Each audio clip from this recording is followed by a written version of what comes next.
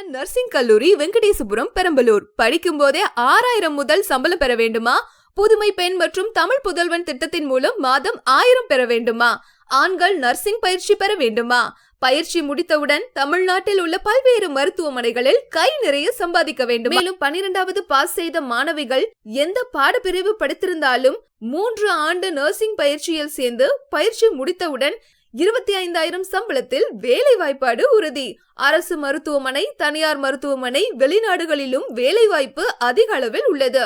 எமது நிறுவனத்தில் பயிற்சி முடித்தவர்கள் சிங்கப்பூர், துபாய் போன்ற பல நாடுகளிலும் அரசு மருத்துவமனைகளிலும் அப்பல்லோ, SRM, காவேரி போன்ற தனியார் மருத்துவமனைகளிலும் பணியாற்றுகிறார்கள் என்பதை மகிழ்ச்சியோடு தெரிவித்துக் கொள்கிறோம். வாய்ப்பை தவறவிடாதீர்கள். விடுதி வசதியும் உண்டு.